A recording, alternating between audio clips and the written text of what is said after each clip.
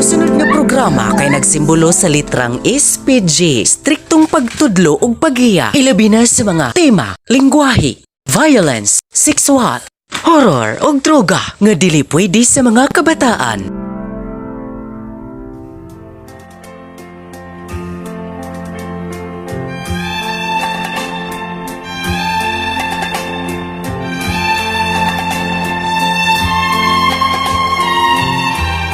May adlaw kanimo Ate Claro, maingon man sa mga suking tigpananawan. Taguan lang ko sa pangan nga Olga. Ayaw lang si Piata sa pag-istorya kay base ma silent L ug mahimong uga.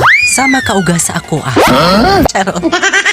Sa pagkatinuod lang maujud ni ang akong problema, Ate Claro. Wa gabae. Mao'y hinungdan nga gipaambit nako kining akong suliran. Pamasin nga matambalan ug mabisbisan sa mga nanginahanglan. Adunay higayon, Ate Claro, nga magmantinila lang kog talong. Usahay gani mo gamit pa jud kog sikwa. Magkasinayo pa gani gamiton pa gani nako ang alho ni Lola. Wa gabae. Ingon anak ko kadesperada, Ate Claro. Tanang butang akong gamiton aron lang matagbaw ang akong panginahanglan sa akong kaugaling. Wa gabae. Wa na manggod ko'y bana. Dugay rang ni-retire tungod sa akong pagkamaniakis. Naamanggod ko'y sakit, Ate Claro. Neptomaniak. Oh, usa ko kababaeng maniak. Hinungdan nga gibiyaan ko sa akong bana. Kay wa makaagwanta sa akong mga romansa. Dili sa ingon nga gibiyaan ko sa akong bana kay nangita siya glain. Kundili, gibiyaan ko niya kay nalimot siya ginhawa. Wa makagwanta sa akong gibuhat kaniya.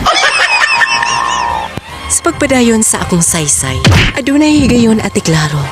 Nga matag higayon nga makakita kog duha ka binuhat nga nag-date-date ug nag-loving-loving. Dili jud nako kalikayan nga motukar na pod ang akong gana sa sexual. Labi nag makakita kog ampalaya na malimtan jud nako ang kapait nga wa nay mga lalaking mopatol sa ako. Ultimong mananap mo karatil pa og dagan kay mahadlok sa akong pagkauwagan. Pero bisan pa man ni ana, malipay na lang jud ko, Ate Claro, kung naalang ang ampalaya, saging, opo ug uban pa. Kay kung magkuwang naaraman ang barina. Wa gabae. Pero sa pagkatinuod lang, Ate Claro, gipulaan na jud ko ni ining kahimtanga. Gikapoy na jud ko og tiner sa mga butang nga gusto na kong gamiton.